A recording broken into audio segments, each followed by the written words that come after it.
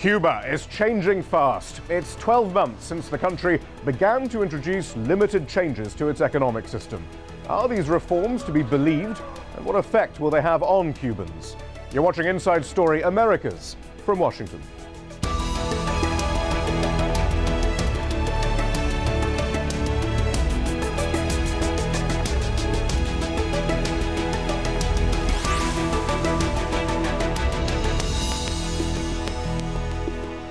Hello, I'm Shihab Ratansi. It's now been a year since economic reforms in Cuba began to take hold. Cuba's economy will remain state-controlled, but the reforms are aimed at promoting economic growth and removing some of the inefficiencies of state-run enterprises. Since November, Cubans were given the right to buy and sell their homes at prices they set. It marks the first time that Cubans have been able to trade real estate since the 1959 revolution. Cubans can now open small businesses and hire workers. In 2011, around 355,000 people received licenses to start their own businesses. And reducing bureaucracy, and with it the enormous state payroll, is also part of the plan. By 2014, 1.8 million state workers will be laid off. That's 37% of the workforce. It's also worth looking at US policies on Cuba and how they are beginning to change. For 50 years, the country has been subject to tough trade embargoes by the US. While there's no sign that President Obama will lift the embargo anytime soon, he has eased some of the travel restrictions for Americans who have family ties in Cuba. He's also made it easier for Americans to send money to their family members on the island. Speaking in September at a roundtable discussion at the White House, this is what President Obama said about changes to US policy towards Cuba.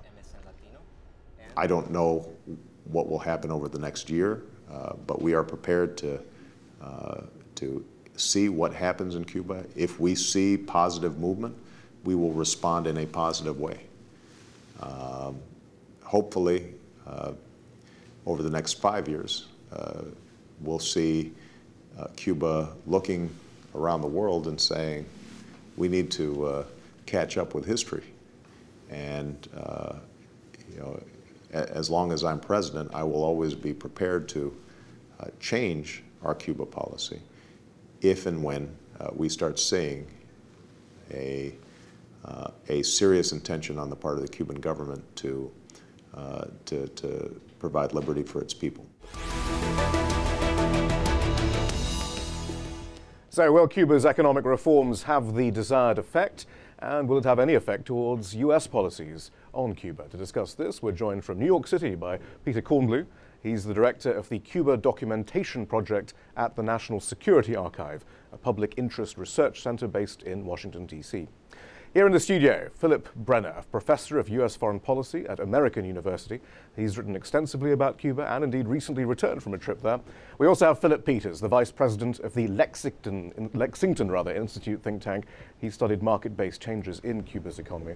Professor Brenner, first of all, then what exactly are we witnessing in Cuba right now? We're witnessing very dramatic changes. The government is undergoing really quite a restructuring, where they are taking away significant power on the daily level from the party and giving it to government ministries so that there will be accountability in a hierarchical fashion. That's a very big change. They are turning over part of the economy to the private sector, and they are allowing much more freedom for people to engage in economic activity. But what's the goal, Philip Peters, then? Is this a complete rejection of an old economic model, of the old ideological underpinnings of that economic model, and acceptance of capitalism, or is it more nuanced? It's not a complete rejection of their model. They say they're updating it, they're not reforming it. I think what it is, it's very clear that they've recognized, and they've said so out loud, Fidel and Raul Castro have said that the economic failure is a threat to the survival of the system. So they're trying to fix their socialist system. It's going to be socialism, but it's going to be a socialism with a lot more market and a lot more capitalism in it. They're planning to move 1.5 million workers into the private sector in the next 3 years. And they're moving bit by bit towards doing that. So they're trying to become much more market-oriented, have some elements of capitalism, and make the whole economy work better. It might be a good point just to remind us of the economic state, or at least some economic indicators in Cuba over the past few years. In 2007, a year after Raul Castro took over from his brother, the economic growth rate was 7.5%. 3 years later, it was down to 2.1%. but there has been little growth this year. It's now at an expected 2.7% growth rate. Peter Kornbluh there, is there a middle ground, though, between socialism and capitalism that one can easily think of? I mean, how is this going to work?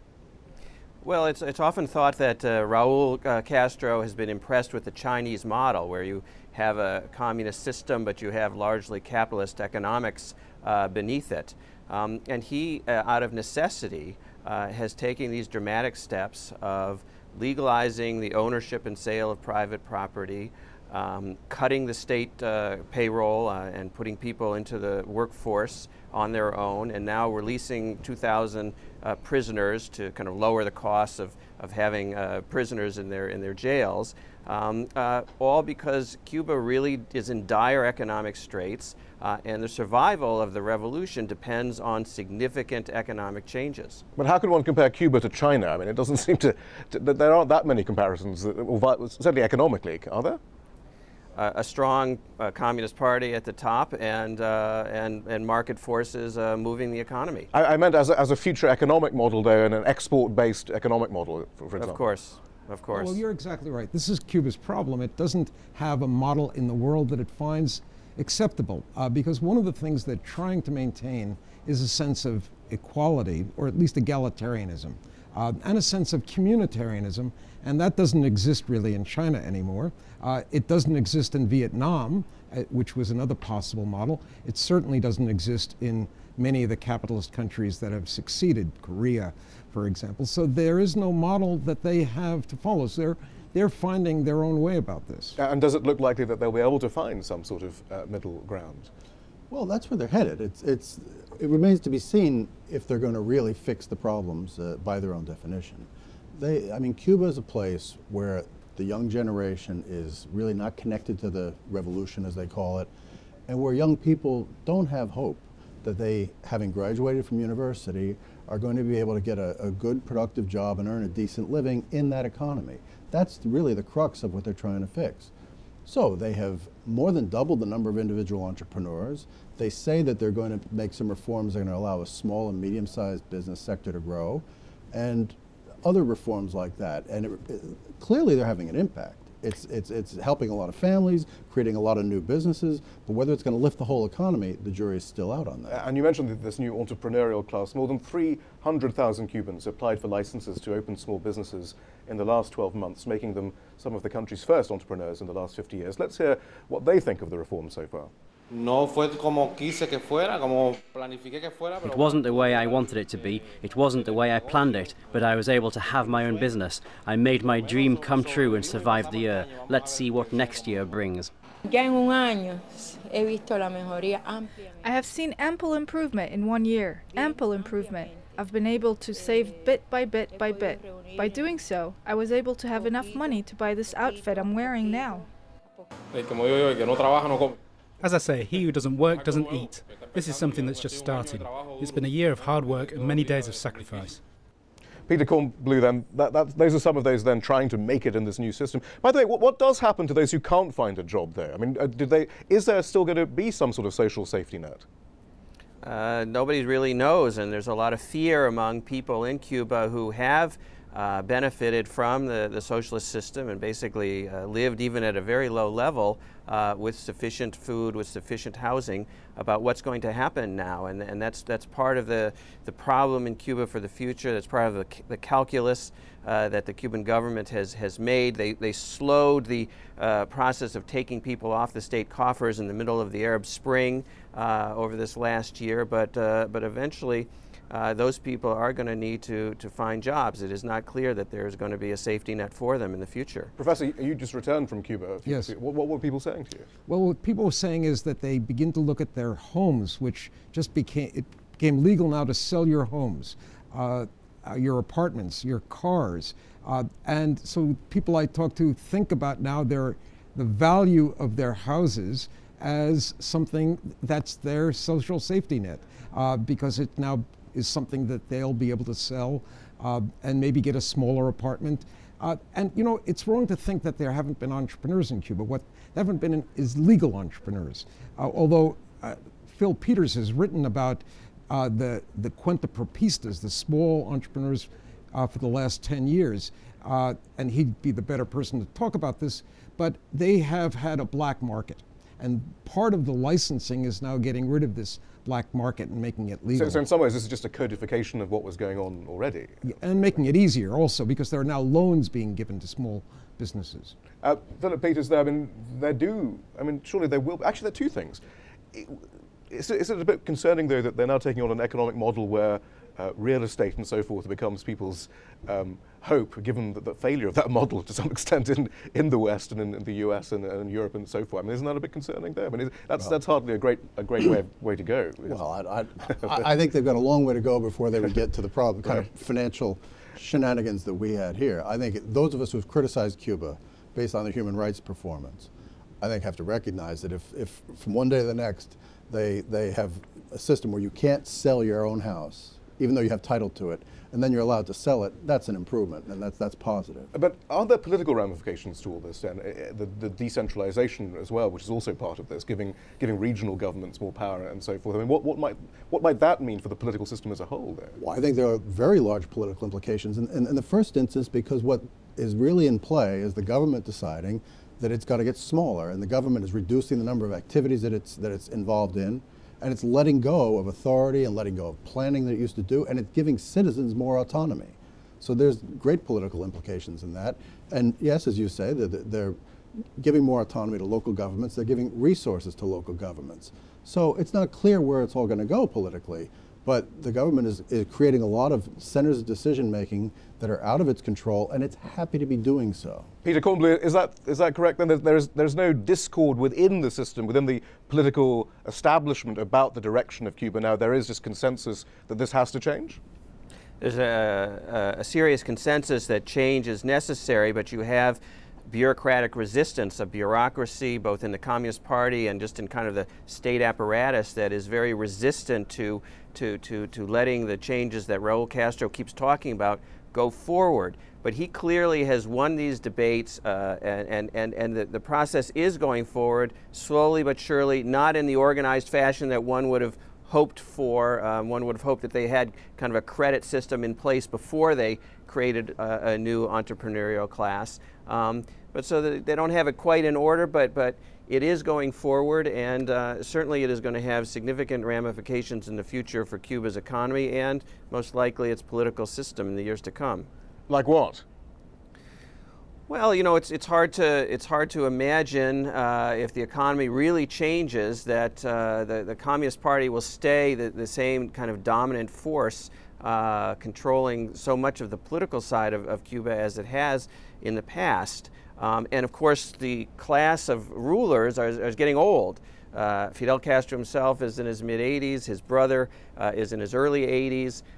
The vice president, the leading vice president, is older than Raul Castro. So you're going to, at least over the next 4 or 5 years, certainly see a change of leadership and perhaps a generational change as well of people who are somewhat, hopefully, more modernized to the world. Let me jump in there and add to what Peter Kornbluh was saying, that 1 month from today, there will be a party conference. And the reports that I got when I was in Cuba 2 weeks ago was that one of the things that will happen at this party conference is that there will be some changes in the second level of leadership. And there is, to pick up what Phil Peters said, there is now a politics outside of Havana. In the area, the local governments are actually elected. They have democratic elections at the local level. And now these local municipios, they're called the municipal governments, will be able to have resources and make some decisions about how things operate. This is quite a dramatic change. Yeah, I mean, it's not often one hears that there is limited democracy now in Cuba, basically. There is, but the governments that get elected don't have resources. Now they will have resources.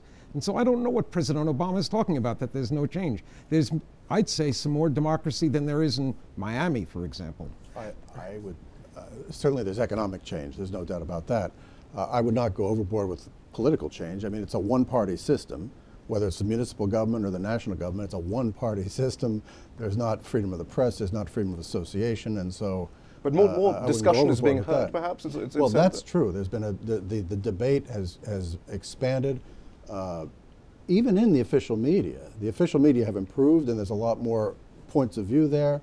And the debate in the society has expanded. The Catholic Church is playing a very important part in this debate over economic reform, and even moving into some political topics like allowing Cubans to travel freely without having to ask their government for permission in order to go leave the country. Right, and that wasn't a reform that was, and many had hoped that would be instituted at the weekend, last weekend. That's on the agenda, but it hasn't happened yet. That's correct.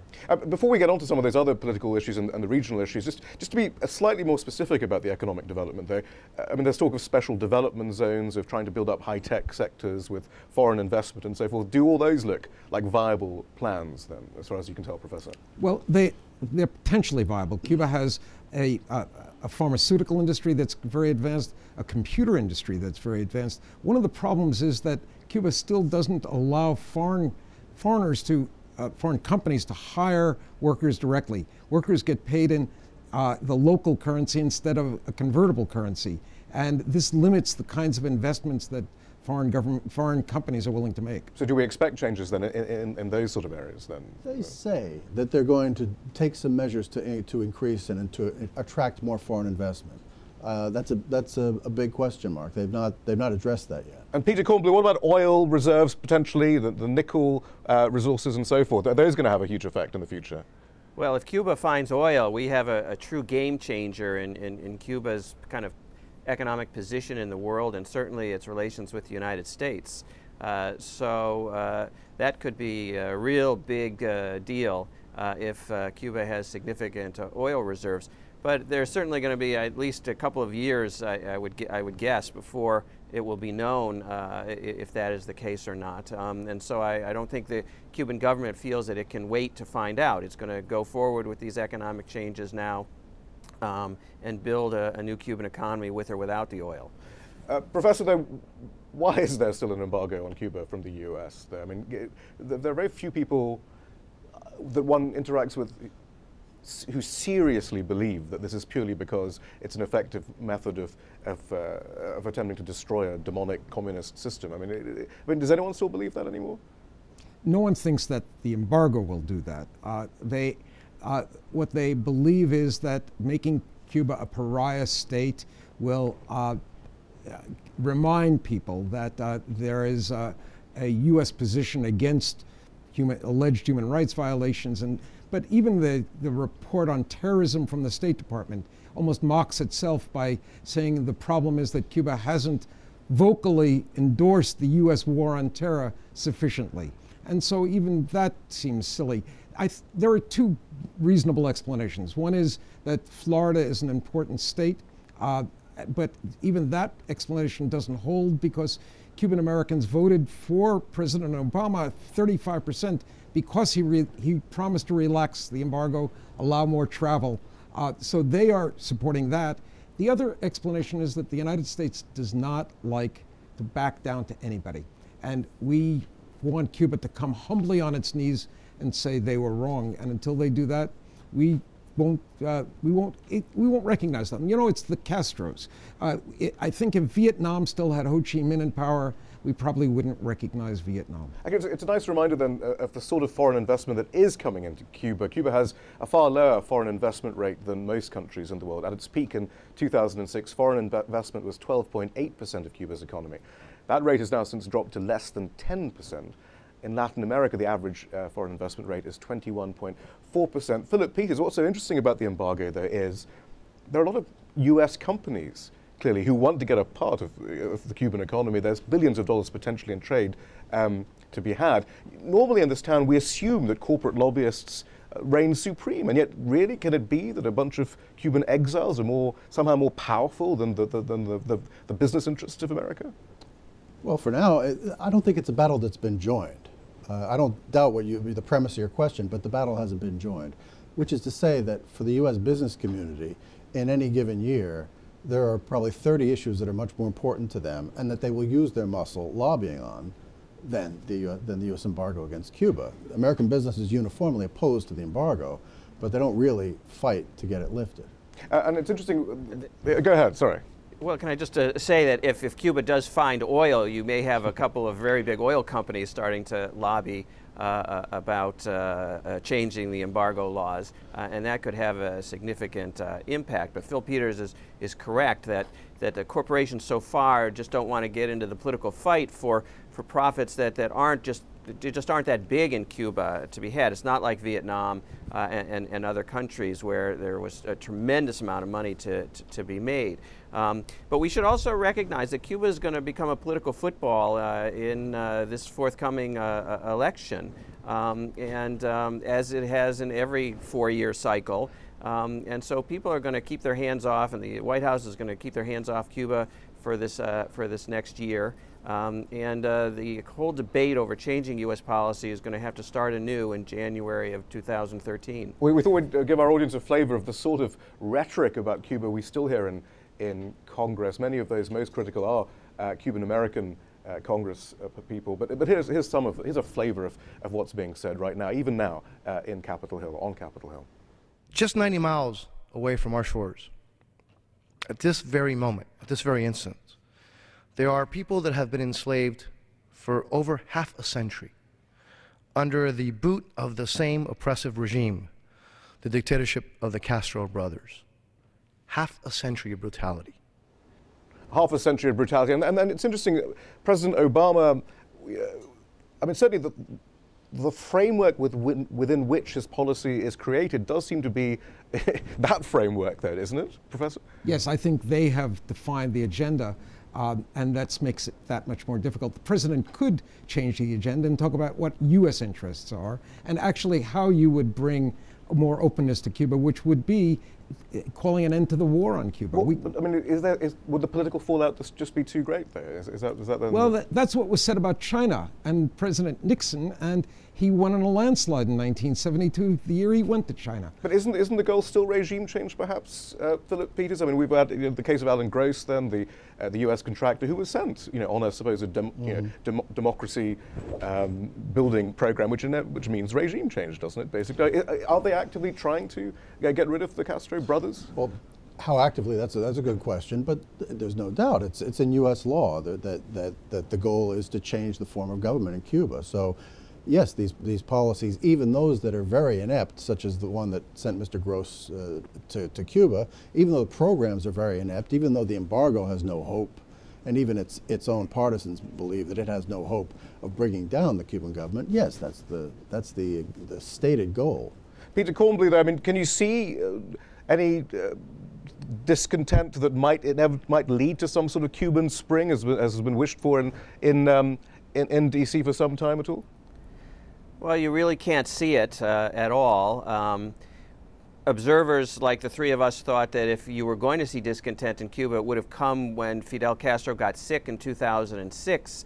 But the transition between him and Raul was seamless. Nobody took to the seas, no protest in the streets. I mean, the Cuban Communist Party is very well structured, even with a dire economic situation, and seems to have a fix on the political situation in Cuba. So the United States can't look at Cuba and hope for a Caribbean spring, as you put it. The United States, as Phil Brenner points out, has to assert its own national interests, and its own national interests are to help the process in Cuba, not hurt it. And there is obviously a process. That's what we're talking about today. And the Obama administration has inexplicably sidelined itself from any interaction and support of the economic changes and potential future political changes in Cuba in the foreseeable future. Philip Peters, very quickly. Well, I think that certainly there's a possibility that there are people that are very dissatisfied with the economic situation. Sure, that something could happen there, but interestingly, U.S. policy, by creating an open door to Cuban immigrants coming here, we end up really being a safety valve for the government. And one of the things that we've seen over the years is that Cubans have largely decided to leave their country rather than stay and fight to change it. Now, that's not a knock against them. I don't have any problem with immigrants coming here, but just as a cold political fact, Cubans who are dissatisfied much more frequently decide to leave than to stay and fight. And there we must leave it. But thank you very much for helping us understand the framework in which these changes will be taking place. Professor Philip Brenner, Philip Peters, and Peter Kornbluh, thank you very much. Thank you. And that's all from the team in Washington, D.C. for now. We want to hear from you. Tell us what stories you think we should be covering. Send your ideas directly to us at insidestory@aljazeera.net.